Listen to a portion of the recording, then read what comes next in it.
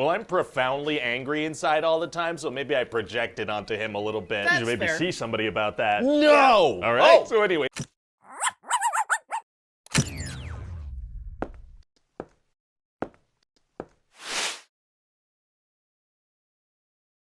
Hey guys, my name's Dan, and today's reaction is another pitch meeting. This is Harry Potter and the Goblet of Fire pitch meeting. I'm really excited to get into this one because it is one of my favorite Harry Potter movies. A whole hell of a lot happened, including appearances from many different people, and I'm very, very curious to see how it all came together. And if you enjoy other pitch meetings, I've reacted to many of them for you to enjoy. And if you want to see future reactions that I do, go right below this video, click that like button, subscribe button, and notification bell, because not only does it give you access to future reactions that I do, but also helps my channel out a ton. Plus, it's super easy, barely an inconvenience, and then you can head on over and support Pitch Meeting along with Ryan George's channels as well. I'll leave both of those links down in the description. And without any further ado, let's go. So, you have that new Harry Potter movie for me? Yes, sir, I do. Wow, so what's going on with the characters? Well, I'll tell you, sir, all the guy characters decided it's time to have long hair for a year. Oh, okay, that's kind of random. A little bit. Is that the only thing going on this year, or? Nope, there's more, actually. So Harry and Hermione and the Weasleys are gonna go to this thing called the Quidditch World Cup. Okay. And they're also going with Arthur Weasley's coworker and his son, Cedric Diggory. How were we introduced to him? Just the normal way, you know, he suddenly drops out of a tree. That's not normal. Sure it is. So they head to the World Cup, and there are a ton of wizards there. Very cool. Wow, I can't wait to see what the Quidditch World Cup is like. Yeah. Right? Sounds super cool, doesn't it? So then we're gonna cut to right after it's all done. Oh. And the event's gonna get attacked by some Death Eaters, and Harry's gonna get knocked unconscious. Oh no. Yeah, and so later he wakes up, and everything's been burned to the ground, and he's the last one there. Not a single person saw him there, and he wasn't affected by the fire or smoke. Nope. That's what we're going with. And then this Death Eater, Barty Crouch Jr., shows up and shoots a dark mark into the sky. Oh, very ominous. Anyway, so eventually Harry goes back to Hogwarts, and Dumbledore gives his annual speech about all the ways the kids might die this year. As is tradition, sure. So what's going on this year? Well, this year Hogwarts has been chosen to host something called the Triwizard Tournament. And what's that? It's this big competition between 3 wizarding schools, so a bunch of people from these 2 other schools come in and do little dances for some reason. Oh, that's fun. So to have a chance at being chosen, you need to be at least 17, and you need to put your name in something called the Goblet of Fire, and only 1 wizard per school can be chosen. Okay. And once the 3 names are chosen, somehow there's a 4th name, and it's Harry Potter. Wait, so are the students from the other schools just gonna live at Hogwarts now? Yes. Even the ones that weren't chosen? Yeah, they're all just gonna kind of live there for a year. That's kind of weird. No, it's not. So then Dumbledore runs up to Harry and shakes him like crazy and says, "Harry, did you put your name in the Goblet of Fire?" Oh, that doesn't really sound like Dumbledore. Isn't he more calm and collected? Oh, yeah, that's a good point. Well, I'm profoundly angry inside all the time, so maybe I project it onto him a little bit. That's You should maybe fair. see somebody about that. No! All right. Oh. So anyway, this is a super dangerous tournament, and if you're chosen, you're magically bound to compete. What does that mean? You have to do it. Right, but what happens if you don't do it? I don't know. I guess you die or something, right? That seems to be the implication. Why would this be a thing? Well, sir, they really want to know which school has the best wizard child, so death's got to be on the table here. Oh my God. So throughout the year, Harry's got to figure out what these 3 events are going to be and how he should prepare. Got it. And freaking Draco Malfoy's gonna drop out of a tree and make fun of him. Why is everyone up in trees? So they can drop out of them at the starts of conversations. But so anyway, then this new teacher, Mad-Eye Moody, pops out and confronts Malfoy, turns him into a ferret. Why is he called Mad-Eye Moody? Well, one of his eyes is magic and zooms in like a camera lens and goes, Isn't it magic? Why is it making mechanical lens noises? Unclear. But anyway, at the end of the movie, there's gonna be a big reveal where Mad-Eye Moody was actually that Barty Crouch Jr. guy the whole time taking Polyjuice potion. Oh, very twisty. Extremely, sir. So for the first event, Harry's gotta steal an egg from a dragon. Oh boy. But this thing breaks loose from its chain and chases Harry around Hogwarts. Wow, so I guess the teachers must intervene, huh? A dragon is loose on school grounds. No, they just kind of watch. That checks out, actually. That seems on brand for them. And then once he gets the egg, he's gotta go listen to it underwater while a ghost tries to look at his wiener. What? Yeah, so then eventually for the next competition, he's gotta go underwater for an extended period of time. Oh, how come? Well, because see, the organizers have kidnapped people that the champions care about. So like Ron and Hermione are there. There's the 8-year-old sister of one of them. Underwater. Get tied up underwater. So Harry saves the life of Ron, but also of the 8-year-old girl since her big sister got eliminated. Oh, wow. So obviously Dumbledore gives him some extra points for bravery because he does that any chance he gets. Wait, so they just kidnapped some kids against their will and put them underwater and we're gonna let them drown if the champions fail the task. Yeah, that little girl would have drowned to death if Harry hadn't saved saved her. Yeah, because like I said, they gotta know which young wizard is the best young wizard. So yeah, she would have drowned.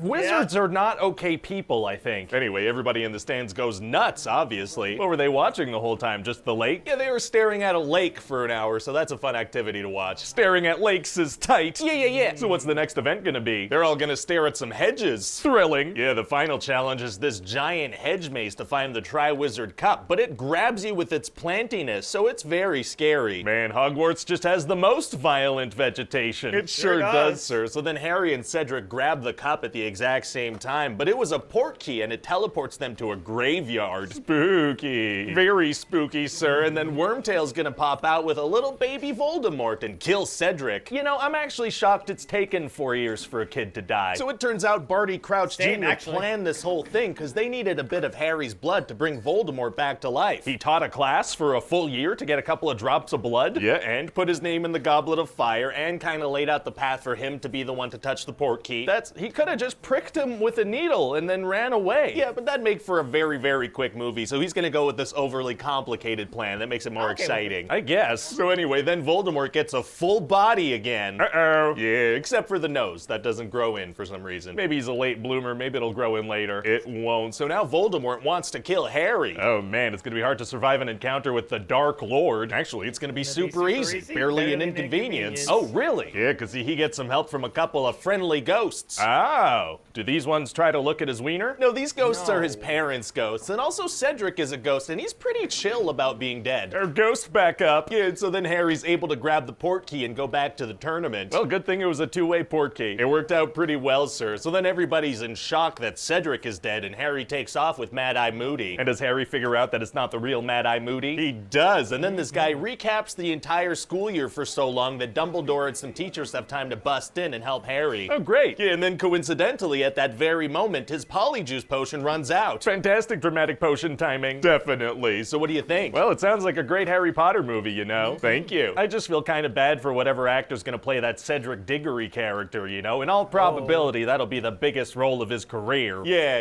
poor guy. I mean, no, not really, no, because we all know that Robert Pattinson not only was in Twilight, but he also was the new Batman. Yeah, so I thoroughly enjoyed this. Everything about the maze was fantastic. Seeing Robert Pattinson in this and David Tennant, who is my favorite Doctor from Doctor Who. Absolutely love him so much, and anything I get to watch him in is always a huge plus for me.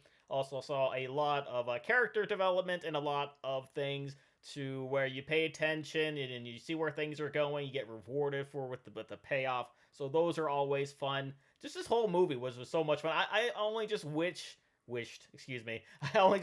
that they did something with the Quidditch thing, because I've always been like more into the sports stuff when it comes to like certain things like this. Like within Final Fantasy X, they had something called Blitzball that I was super into, and probably honestly played that more than I did like the actual game itself. So if there's a chance for me to see more Quidditch, I'm just all for it.